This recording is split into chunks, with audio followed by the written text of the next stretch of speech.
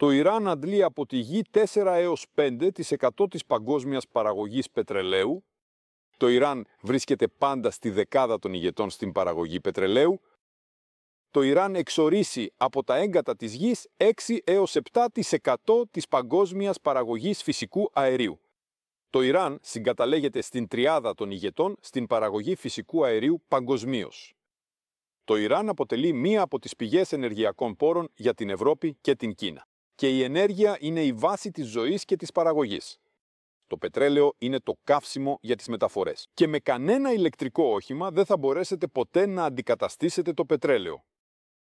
Με τη μείωση της ροής των υδρογονανθράκων, όλες οι διαδικασίες περιορίζονται, η παραγωγή μειώνεται και οι ρυθμοί της οικονομίας πέφτουν.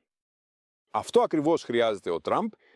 Οι Ηνωμένες Πολιτείες της Αμερικής θέλουν να μειώσουν τη ροή πετρελαίου και φυσικού αερίου από το Ιράν προς την Ευρώπη και την Κίνα.